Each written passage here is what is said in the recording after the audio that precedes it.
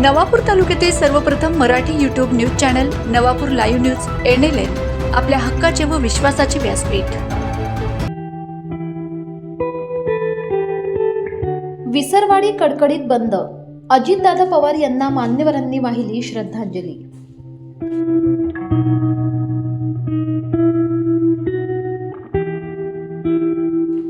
राज्याच्या राजकारणातील एक मोठी बातमी।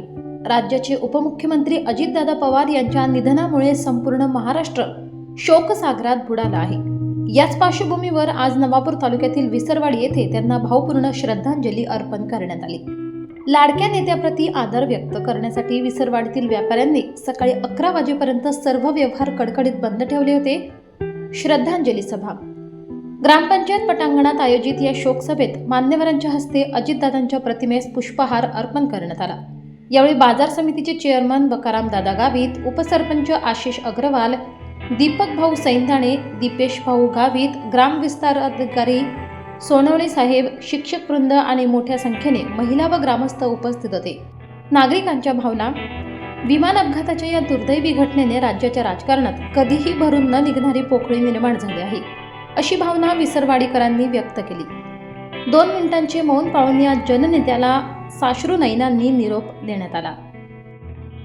त्याला राग येईल पण त्याला अजून समजून बी घेणारा अशी व्यक्ती अजितदादा होता।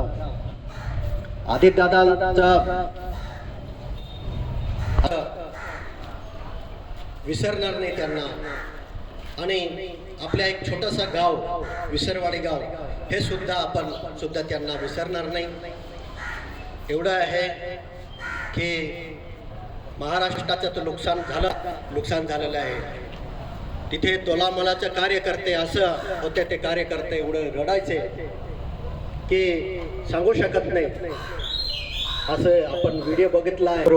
आणि सर्व नागरिकांना ज्याला काही 2 शब्द सांगायचे असतील त्याने सांगावं असं।